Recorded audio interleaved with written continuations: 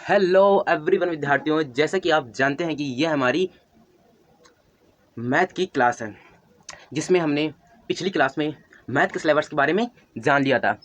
जैसा कि हमने पिछली क्लास में मैथ के सिलेबस में जाना था कि संख्या पद्धति जो इकाई फर्स्ट है, इससे आने थे 5 क्वेश्चन। आज हम उसी इकाई का चैप्टर नंबर फर्स्ट वास्तविक संख्या, जिसे बोलते हैं इंग्लिश भाषा में रियल नंबर, को पढ़ने जा रहे हैं। तो उससे पहले मैं आपको कुछ इन्फॉर्मेशन देना चाहता हूँ। जैसा कि मेरा नाम आर.एस. कुमार है। आप हमारे चैनल एनसीईआरटी के मास्टर पर हमारा यह क्लास देख रहे हैं, तो मुझे आप लोगों की सपोर्ट की ज़रूरत है। इसीलिए आप हमारे चैनल को लाइक करें, सब्सक्राइब करें और बेल आइकन पर ऑल पर क्लिक करें। तो चलिए स्टार्ट करते हैं अपनी क्लास को। मैं आपसे बताना चाहता हूं, जैसे कि हमारी जो मैथ की पुस्तक है, एनसीईआरटी की मैथ की पुस्तक है, इसमें हमारे 14 चैप्टर हैं। तो 14 चैप्टरों को हमें कवर करना है। तो इन 14 चैप्टरों को कवर करने के लिए हमें डेली 1-2 क्लासेस को अटेंड करना पड़ेगा। तो आपसे मेरी विनती है कि आप हमारी डेली क्लासेस को लेते रहें और अपनी तैयारी को अच्छी बनाएं। तो हम पहले चैप्टर स्टार्ट करने से पहले आपसे थोड़ा माफ़ी मांगना चाहेंगे, क्योंकि आज हमारी जो क्लास है वो थोड़ा लेट हो गई, क्योंकि टेक्निकल इश्यूज़ की वजह से ये सब हुआ है। तो हम आइंदा से ध्यान रखेंगे कि ऐसी हमसे गलती ना हो। तो चलिए स्टार्ट करते हैं। वास्तविक संख्या चैप्टर का नाम है, पहला चैप्टर फर्स्ट है वास्तविक संख्या, जिसे बोलते हैं रियल नंबर। तो रियल नंबर के बारे में जानने से पहले हम इस चैप्टर के क्विक ओवरव्यू को देख लेते हैं। क्विक ओवरव्यू यानी कि उसके बारे में, या अर्थात कि हमें उस चैप्टर के अंदर क्या पढ़ना है, किस प्रश्नावली में कितना पढ़ना है और किस में कितना छोड़ना है, ये सारी चीज़ें को डिटेल में क्विक ओवरव्यू के माध्यम से हम लोग समझ सकते हैं। तो जैसे कि लेसन फर्स्ट में वास्तविक संख्याएं हैं, लेसन फर्स्ट वास्तविक संख्याएं, जिसमें प्रश्नावली 1.1 में हम लोगों को अंकगणित की आधारभूत प्रमेय को पढ़नी है। अंकगणित की आधारभूत प्रमेय, तो इसी के आधार पर, बेस पर हमारे सभी उदाहरण बनेंगे 1.1 के, और इसी के बेस पर हमारे कुछ प्रश्नावली के एग्जाम्पल और साथ में क्वेश्चन बनेंगे। तो उन्हीं को हम इस अंकगणित के आधारभूत के प्रमेय के अनुसार हल कर सकेंगे। तो इसलिए हमें पहले अंकगणित के आधारभूत प्रमेय को जानना पड़ेगा, उसके बाद हम उदाहरणों की तरफ बढ़ेंगे और फिर हम एक्सरसाइज 1.1 को कंप्लीट करेंगे। और इसी प्रकार प्रश्नावली 1.2 में हमें अपरमेय संख्याओं का पुनर्भ्रमण पढ़ना है और साथ ही अपरमेय संख्याओं को सिद्ध करना भी सीखना है, क्योंकि एग्जाम के पॉइंट ऑफ व्यू से ये 1.2 प्रश्नावली मोस्ट इंपॉर्टेंट है। क्योंकि बोर्ड के पेपरों में अधिकतर बार रूट वाली संख्याओं को सिद्ध करना, यानी कि अपरमेय संख्याओं को सिद्ध करने वाले क्वेश्चनों को रिपीट किया गया है। तो इसलिए मैं 1.2 को प्रश्नावली पर स्टार बना, इसीलिए आप सभी लोग प्रश्नावली 1.2 पर स्टार बना लीजिएगा, क्योंकि यहाँ इस प्रश्नावली को हमें मजबूत करना होगा। तो हम बात कर लेते हैं। अब क्विक ओवरव्यू हम लोगों ने देख लिया, अब हम चलते हैं अपनी टॉपिक की ओर। तो जैसे कि हमारा टॉपिक है वास्तविक संख्याएं, तो वास्तविक संख्याएं होती क्या हैं? क्वेश्चन बनता है ना, वास्तविक संख्या होती क्या है? तो वास्तविक संख्याएं होती क्या हैं? तो वास्तविक संख्याएं संख्याओं के संग्रह से ली गई हैं। जैसे कि ये हमारी संख्या, इनसे वास्तविक संख्या ली गई है। एक तरफ वास्तविक संख्याएं हैं, संख्याओं से ली गई वास्तविक संख्या, संख्याओं से बनी सम्मिश्र संख्या। सम्मिश्र संख्या, संख्याओं से बनी वास्तविक संख्या, संख्याओं से बनी सम्मिश्र संख्या। वास्तविक संख्या क्या होती है? वास्तविक संख्या वे संख्या होती है जो 0 से लेकर अनंत के प्लस तक जाती हैं और 0 से लेकर के अनंत के माइनस तक जाती हैं। इसमें पाई वाली भी संख्याएं इंक्लूडेड होती हैं और रूट वाली भी संख्याएं इसी में शामिल होती हैं। ये सारी संख्या हमारी वास्तविक संख्याएं कहलाती हैं। इसी के साथ जो हमारी मिश्र संख्या होती हैं, सम्मिश्र संख्याएं होती हैं, इनमें माइनस के रूट 2, माइनस के रूट 3, इस प्रकार की संख्याएं शामिल होती हैं। यह हमारी सम्मिश्र संख्या, मिश्र संख्या कहलाती हैं। अब हमें इन संख्याओं के बारे में, सम्मिश्र संख्या के बारे में क्लास 11th और 12th में पढ़ने को मिलेगा, क्योंकि यहाँ पर हाई स्कूल में हमारे पास केवल वास्तविक संख्याओं को ही पढ़ने के लिए दिया गया है। तो इसलिए हम वास्तविक संख्याओं का अध्ययन यहाँ पर करेंगे, और जो हमारी सम्मिश्र संख्या है, मिश्र संख्या, इनका अध्ययन हम आगे की क्लासों में करेंगे। तो वास्तविक संख्याओं की भी बांटा गया है, डिवाइड किया गया है। तो वास्तविक संख्याओं को भी 3 भागों में डिवाइड किया गया है। जैसा कि एक होता है पूर्णांक होते हैं, दूसरा पूर्ण संख्या, तीसरी प्राकृतिक संख्या। जो हमारी प्राकृतिक संख्या होती है इसे नेचुरल नंबर बोलते हैं, इसे कैपिटल एन से प्रदर्शित करते हैं। और जो हमारे पूर्णांक होते हैं, हमारे इंटीजर बोलते हैं पूर्णांकों को, जिसे जेड से प्रदर्शित करते हैं। तो पूर्णांक में हमारी 0 से लेकर प्लस के अनंत तक और 0 से लेकर माइनस के अनंत तक की जो संख्याएं होती है वो हमारी पूर्णांक संख्या कहलाती हैं। और पूर्ण संख्या क्या होती है? पूर्ण संख्या वे संख्याएं होती हैं जिसमें 0 से लेकर के प्लस के अनंत तक जाती हैं वो हमारी पूर्ण संख्या कहलाती हैं। यानी कि प्राकृतिक संख्याओं में 0 जोड़ देने पर पूर्ण संख्या प्राप्त हो जाती है, और पूर्ण संख्या और प्राकृतिक संख्या में 0 जोड़ने पर हमें पूर्ण संख्या प्राप्त होती है। तो इसे हम W से प्रदर्शित करते हैं। तो इस प्रकार हमने पूर्ण संख्या, पूर्णांक और प्राकृतिक संख्या के बारे में समझ लिया। अब पूर्णांक को भी चार भागों में डिवाइड किया गया, पूर्णांकों को भी 4 भागों में बांटा गया है। जैसे पूर्णांकों को सम संख्या, विषम संख्या, भाज्य संख्या, अभाज्य संख्या, इस प्रकार की संख्याओं में बांटा गया है। सम संख्याएं क्या होती हैं? सम संख्याएं वे संख्याएं होती हैं, सम संख्या वे संख्याएं होती हैं, सम संख्याएं वे संख्याएं होती हैं जो 2 से पूर्णतः विभाजित हो जाती हैं, वे सम संख्याएं कहलाती हैं। और विषम संख्याएं वे संख्याएं होती हैं जो 2 से विभाजित नहीं होती हैं। और भाज्य संख्याएं जिनमें भाग चला जाए वो या तो स्वयं से या फिर एक के अतिरिक्त और किसी संख्या से कटे, वह भाज्य संख्याएं होती हैं। अभाज्य संख्याएं वे संख्याएं होती हैं जो कि अभाज्य संख्या की बात कर रहे हैं। अभाज्य संख्याएं वे संख्याएं होती हैं जो स्वयं से और केवल एक से ही कटे, वह अभाज्य संख्याएं कहलाती हैं। तो इस प्रकार हमने यहाँ पर वास्तविक संख्याओं के बारे में देख लिया। जैसा कि आप यहाँ पर देख पा रहे होंगे, एक पूरा PDF यहाँ पर आपको, तो इसलिए आप इसका स्क्रीनशॉट हैं। हमने अभी देखा वास्तविक संख्या देख ली, वास्तविक संख्या हमारी कंप्लीट हो गई। अब हम क्या पढ़ेंगे? अब हम आएंगे अपने मेन टॉपिक पर, यानी कि अंकगणित की आधारभूत प्रमेय। अब हम पढ़ेंगे अंकगणित की आधारभूत प्रमेय। तो अंकगणित की आधारभूत प्रमेय को किसने दिया, पहले ये जान लेते हैं। तो अंकगणित की आधारभूत प्रमेय को हमारे कार्ल फ्रेडरिक गॉस जी ने दिया है, जो कि गणितज्ञ हैं। तो कार्ल फ्रेडरिक गॉस ने अंकगणित की आधारभूत प्रमेय दी है। तो अंकगणित की आधारभूत प्रमेय कहती क्या आखिर में? तो अंकगणित की आधारभूत प्रमेय कहती है कि प्रत्येक भाज्य संख्या, यानी कि जो संख्याएं विभाज्य होती जाती भाज्य हैं, वे संख्याओं के अभाज्य गुणनखंडों के रूप में उन्हें तोड़ा जा सकता है, यानी उन्हें छोटे छोटे अभाज्य गुणनखंड के रूप में व्यक्त किया जा सकता है। जैसे कि एक हम एग्जाम्पल लेते हैं, यहाँ पर एग्जाम्पल सेट करते हैं। मान लिया हमने एक भाज्य संख्या है 6, ठीक है। तो 6 को हम क्या करेंगे? 6 के हम छोटे छोटे अभाज्य गुणनखंडों के रूप में तोड़ सकते हैं। ये भाज्य संख्या को हमने छोटे छोटे अभाज्य गुणनखंड के रूप में तोड़ लिया, यानी कि 2 और 3। तो यानी इससे हमें क्या पता चला? इससे हमें ये सिद्ध हुआ कि जो भाज्य संख्या है, भाज्य संख्या को हमें गुणनखंड के रूप में, अभाज्य संख्याओं के गुणनखंड के रूप में व्यक्त कर सकते हैं। क्योंकि यहाँ पर जो 6 है यह एक भाज्य संख्या है, 2 और 3 यह एक अभाज्य संख्या है। तो इसलिए कोई भी भाज्य संख्या हो तो उन्हें हम अभाज्य संख्याओं के गुणनखंड के रूप में तोड़ सकते हैं, ठीक है। ये हमारी होगी अंकगणित की आधारभूत प्रमेय। इसी में उन्होंने एक बात भी कही कि यह गुणनखंड अभाज्य गुणनखंडों के आने वाले क्रम के बिना अद्वितीय होता है, यानी कि जो उनका जो क्रम है तो वो उस क्रम कम से ज़्यादा की ओर होना चाहिए, ना कि ज़्यादा से कम की ओर। अगर कम से ज़्यादा की ओर है तो यह हमारी अंकगणित की आधारभूत प्रमेय को लागू करेगा। जैसे कि यहाँ पर 2 और 3 लिखा है, तो यहाँ पर ये हमारी अंकगणित की आधारभूत प्रमेय को लागू करते हैं, यानी कि ये संख्याएं जो हैं वो गुणनखंडों के आने वाले क्रम के बिना अद्वितीय है। ये क्या है?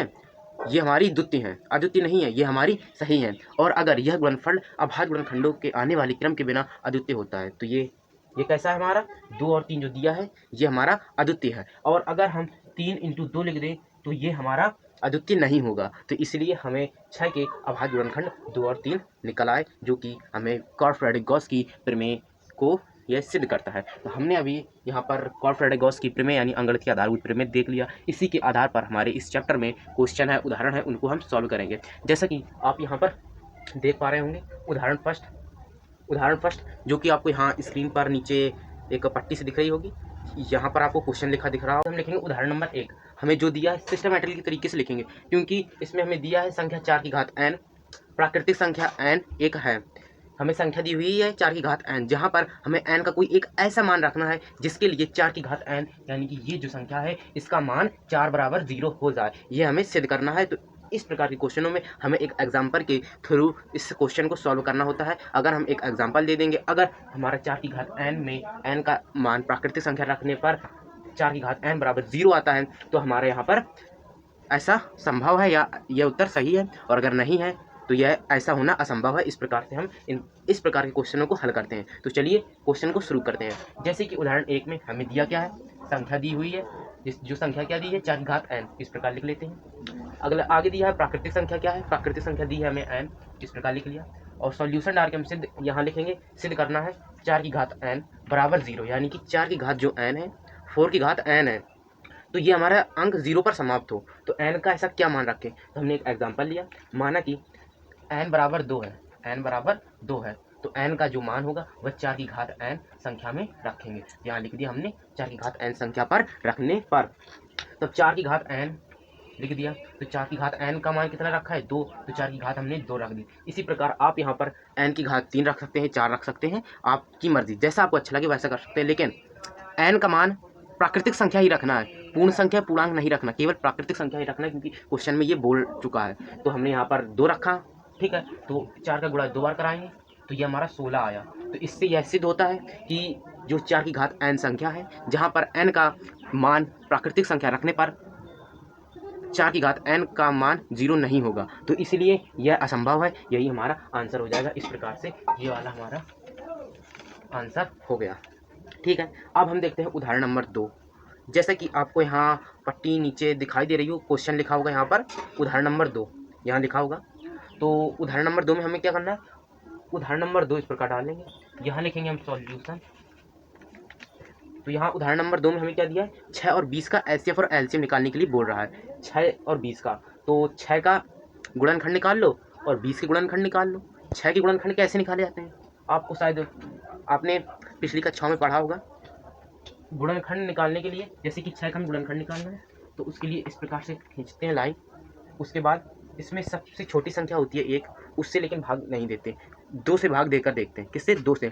तो 2 से इसमें भाग देकर देखो ये कितनी बार कटेगा, ये कटेगा हमारा 3 बार, 2 तिया 6।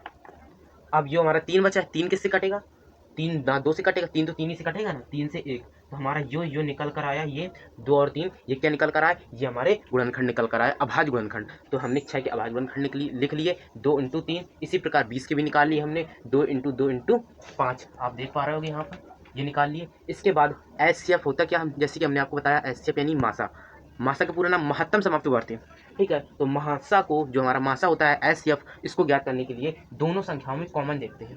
जैसे कि यहाँ पर 6 और 20 है, इनमें कॉमन क्या है, इनमें कॉमन है यहाँ पर 2, दोनों में 2 दिख रहा है, तो इसलिए दोनों में जो 2 दिख रहा है, 2 दिख रहा है, तो ये हमारा कॉमन है, तो इसलिए एचसीएफ हमारा 2 हो जाएगा। और इसके अतिरिक्त यहाँ पर कोई चीज़ दोनों संख्याओं में कॉमन नहीं है, या कोई भी अंक कॉमन नहीं है, इसलिए यहाँ पर इनको हम छोड़ देंगे। इनको कहाँ काउंट किया जाता है, इनको काउंट करेंगे एलसीएम यानी कि लासा, लघुत्तम समाप्तिवर्ती। अब हम ज्ञात करेंगे लासा। तो लासा में हमें जो हमारा पेयर बना था जोड़ा, तो उसको लिखना है हमें एक बार, और जो हमें अलग अलग संख्याएं लिखी हुई हैं जिनका पेयर नहीं बना है उनको भी लिख लेना है। जैसे कि जो पेयर बना था 2 लिख लिया, 2 ये वाला है तो ये लिख लिया, 5 ये है ये लिख लिया, 3 ये है तो 3 लिख लिया। अब इनका सभी का गुणा करा दिया, बराबर आंसर 60 आ गया। तो इस प्रकार से हम एचसीएफ और एलसीएम निकाल सकते हैं, ठीक है। ये तो हो गई हमारी ट्रिक द्वारा, या एक विधि है। और इसी प्रकार की एक आपके एनसीईआरटी की पुस्तक में सलाह देना चाहूँगा कि आप जो है कि इसी विधि से लगाइए इन क्वेश्चनों को। लेकिन हमारी पुस्तक में दूसरी विधि दी गई है, तो हम उन विधियों को जान लेते हैं, और फिर आपकी मर्ज़ी, आपको अगर इनसे अच्छा लगे तो इनसे लगा सकते हैं, और आपको अगर एनसीईआरटी की बुक में जो विधि दी है उनसे लगाना हो तो आप उनके थ्रू भी क्वेश्चनों को हल कर सकते हैं। दोनों के जरिए क्वेश्चन के हल आएंगे, आंसर आएगा। तो जैसे कि एनसीईआरटी की बुक की विधि क्या है, उसमें कहते हैं कि अगर हमें एचसीएफ निकालना है, एचसीएफ निकालना है, तो एचसीएफ में दोनों संख्याओं के जो गुणनखंड है उनकी सबसे छोटी घात, गुणनखंडों की सबसे छोटी घात, यानी कि ये गुणनखंड है, इनकी सबसे छोटी घात क्या है, इसमें 1 है और इसमें भी 1 है, इसमें क्या है 1 है, इसमें भी 1 है, लेकिन दोनों में क्या होना चाहिए, कॉमन होना चाहिए। यानी कि दोनों जो अभाज्य गुणनखंड हैं, इनके दोनों अभाज्य गुणनखंडों के दोनों कॉमन हिस्से की सबसे छोटी घात। तो यहाँ पर 1 घात इसकी, मतलब इसे एक बार ले लेंगे, तो यहाँ पर हमारा आंसर क्या आ जाएगा, एचसीएफ बराबर 2। और इसी प्रकार एलसीएम अगर हमें ज्ञात करना हो, तो एलसीएम ज्ञात करने के लिए एनसीईआरटी की बुक में जो विधि दे रखी है उसके द्वारा कह रहे हैं कि संबद्ध अभाज्य गुणनखंडों के, संबद्ध 2 संख्याओं के अभाज्य गुणनखंडों की सबसे बड़ी घात, यानी सबसे बड़ी घात क्या है इनकी सबसे बड़ी घात, इसमें एक है, इसमें 2 है। तो संबद्ध की बात हो रही है, संबद्ध मतलब कि होता है जो कॉमन हो उसे एक बार लिखना है, और जो कॉमन नहीं है उन्हें अलग अलग लिख लेना है। जैसे कि यहाँ पर दोनों में कॉमन था 2 हमारा, तो इसे लिख लिया हमने 2 बार, एक बार, और यहाँ पर 2 है इसे भी लिख लिया, 5 है 5 को भी लिख लिया, 3 है 3 को भी लिख लिया। संबद्ध का मतलब ये होता है। इस प्रकार इसको भी गुणा करा दिया, आ गया हमारा 60 आंसर। तो इस प्रकार से हम उदाहरण 2 को कर सकते हैं। अब चलिए आइए हम उदाहरण 4 देखते हैं। हमने उदाहरण 1 और 2 देख लिया, 1 2 के बाद 3 और 4 देखते हैं। उदाहरण नंबर 3 और 4 देखते हैं, उदाहरण नंबर 3 और 4 देखते हैं। तो जैसे कि आपको उदाहरण नंबर 3 हमारे यहाँ स्क्रीन पर दिखाई दे रहा होगा, तो उदाहरण नंबर 3 में हमें 96 और 404 के एलसीएम और एचसीएफ ज्ञात करने हैं, लेकिन यहाँ पर हमें एक कंडीशन दी हुई है, हमें पहले एचसीएफ निकालना है, उसके बाद फॉर्मूले के द्वारा एलसीएम निकालना है। तो एचसीएफ ज्ञात करने के लिए हमें अभाज्य गुणनखंड की जरूरत पड़ेगी। हमने 96 के और 404 के अभाज्य गुणनखंड निकाल लिए, जो कि आए 2 की पावर 5 इंटू 3 96 का भाज्य गुणनखंड, और 404 के आए 2 की घात 2 गुणित 101, ये आज 404 के अभाज्य गुणनखंड। तो एचसीएफ क्या आएगा इसका? एचसीएफ में हमने अभी देखा था, एचसीएफ ज्ञात करने के लिए दो संख्याओं के अभाज्य गुणनखंडों की सबसे छोटी घात, इनकी सबसे छोटी घात क्या है, जो कि दोनों में कॉमन हो। तो इनमें दोनों में कॉमन क्या है? 2। इसकी सबसे छोटी घात क्या है? 2। तो यानी कि इसमें भी 2 होगी, तो यानी कि यहाँ पर हमारा एचसीएफ 2 की पावर 2 बराबर 4 आंसर आएगा, यानी कि एचसीएफ बराबर हमारा ये 4 आएगा। ठीक है, और अब हमें क्या करना है? एचसीएफ हमारा ज्ञात हो गया, अब हमें एलसीएम ज्ञात करना है। एलसीएम ज्ञात करने के लिए हमें एक फॉर्मूला लगाना पड़ेगा, जो कि फॉर्मूला हमारा फॉर्मूला होता है ए इंटू बी बराबर एचसीएफ इंटू एलसीएम, यानी कि ए बी क्या हमारी ये संख्याएं हैं, ये ए है और ये बी है, यानी कि दो संख्याओं का गुणनफल बराबर एचसीएफ इंटू एलसीएम, ये फॉर्मूला है। इसे आप स्टार बना करके अपनी कॉपी में लिख लीजिएगा, ये फॉर्मूले को आपको याद करना पड़ेगा। और इसको मैंने आपको समझा दिया कॉन्सेप्ट से, आपको याद कैसे करना है। तो आपको याद करने के लिए दो संख्याएं मान लो ये दोनों, ठीक है, इनका गुणा बराबर किसके हो जाता है? एचसीएफ और एलसीएम के बराबर होता है, बस इतना सरल सा तो है, आप याद कर लेंगे। उसके बाद हमने क्या किया, ए और इंटू बी लिखा था, तो हमने ए और बी यानी 96 और 404 का गुणा करा दिया। ठीक है, उसके बाद यहाँ पर एचसीएफ कितना दिया है? एचसीएफ में दिया है 4, 4 लिख लिया। ठीक, और एलसीएम हमें पता नहीं है, एलसीएम हमें एलसीएम ज्ञात करना है, क्योंकि यहाँ पर हमें एलसीएम ज्ञात नहीं है, तो हमने एलसीएम इस तरह उठा लिया, जो 96 और 404 है इसके नीचे 4 चला गया बटे में, तो 4 का भाग 96 गुणित 404 में देंगे, पहले 96 और 404 का गुणा कराएंगे, उसमें 4 का भाग दे देंगे। इस प्रकार से हमारा एलसीएम निकल कर आएगा 9696। इस प्रकार एलसीएम हमें ज्ञात हो गया। ऐसे हमने उदाहरण नंबर 3 को सॉल्व कर लिया, ये वाला हमारा आंसर हो गया। ठीक है, अब हम आगे देखते हैं, आगे हम क्या देखेंगे? आगे अब उदाहरण नंबर 4 देखेंगे। उदाहरण नंबर 4, जैसे कि आपको यहाँ क्वेश्चन दिख रहा होगा, तो हम उदाहरण नंबर 4 को हल करते हैं। उदाहरण नंबर 4 को हल करने के लिए 6, 72 और 120 का हमें एलसीएम ज्ञात करना पड़ेगा। 6, 72 और 120 का एलसीएम और एचसीएफ हमें ज्ञात करना है, तो उसके लिए हम क्या करेंगे? 6, 72 और 120 के अभाज्य गुणनखंड निकाल लेंगे, जैसे कि आपने उदाहरण नंबर 2 में देखा था, अभाज्य गुणनखंड निकालना सीख लिया था। तो उसी प्रकार से हम 6, 72 और 120 के अभाज्य गुणनखंड निकाल लेंगे। तो हमारे 6 के 2 गुणित 3 आए, 72 के अभाज्य गुणनखंड 2 की घात 3 गुणित 3 की घात 2 आ गई, और 120 के अभाज्य गुणनखंड 2 की घात 3 गुणित 3 गुणित 5 ये निकल कर आ गई। ये हमारे 6, 72, 120 के अभाज्य गुणनखंड निकल कर आ गए।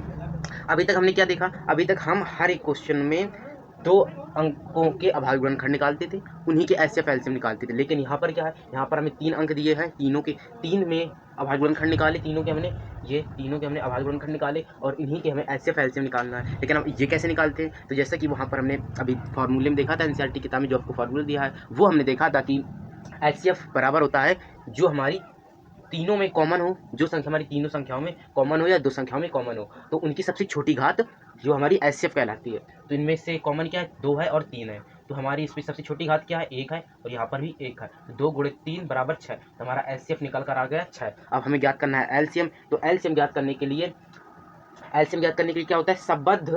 संबद्ध गुणनखंडों की सबसे बड़ी घात। तो जैसे कि यहाँ पर इन दोनों, ये दोनों हैं, कॉमन है इनमें, तो इनको लिख लेंगे हम, और यहाँ पर 5 अकेला है तो 5 लिख लेंगे। अब हमें क्या चाहिए? इनकी सबसे बड़ी बड़ी घातें चाहिए। तो इनमें सबसे बड़ी घात कितनी है? 3 है, यहाँ हमने 3 लिख लिया, और इसमें सबसे बड़ी घात कितनी है? 2 है, तो 2 लिख लिया, और यहाँ 5 की घात कितनी है? 1, तो 1 लिख लिया। तो इस प्रकार हमारा 2 into 2 into 2 into 3 into 3 into 5 हो जाएगा, यानी 5 या 15, 15 दूनी 30, 30 दूनी 60, 6 दूनी 60 दूनी 120, 120 गुणित 3, तो ये हमारा आ जाएगा 360 आंसर। यहाँ पर हमारा कितना आंसर आएगा? यहाँ हमारा 360 आंसर आ जाएगा, यानी कि ये वाला आंसर आ जाएगा। तो हमने इस प्रकार से उदाहरण 1 से लेकर 4 तक हल कर लिए। हम अगली क्लास में आप लोगों से प्रश्नावली 1.1 के प्रश्नों को हल करेंगे, और उसके बाद प्रश्नावली 1.1 के बारे में डिस्कस करेंगे। हमने आज के क्लास में आप लोगों से पहला chapter class 10th UP board 2024-25 के सेशन में पहला चैप्टर वास्तविक संख्याओं का अध्ययन किया। वास्तविक संख्या होती क्या है, इसके बारे में सारी जानकारी प्राप्त की आप लोगों ने, और इसके साथ ही हमने यहाँ पर 1 से लेकर जो 4 तक उदाहरण थे उनको भी हल किया। अब हम अगले अपने क्लास में प्रश्नावली 1.1 को कवर करेंगे। आशा करता हूँ कि आपको हमारे यह क्लास अच्छी लगी होगी, और अगर आपको हमारी यह क्लास अच्छी लगी हो तो कृपया हमारे चैनल को लाइक करें, सब्सक्राइब करें और बेल आइकन को ऑल पर क्लिक करें। तो चलिए अगली क्लास में मिलते हैं। जब तक के लिए बाय बाय, थैंक यू।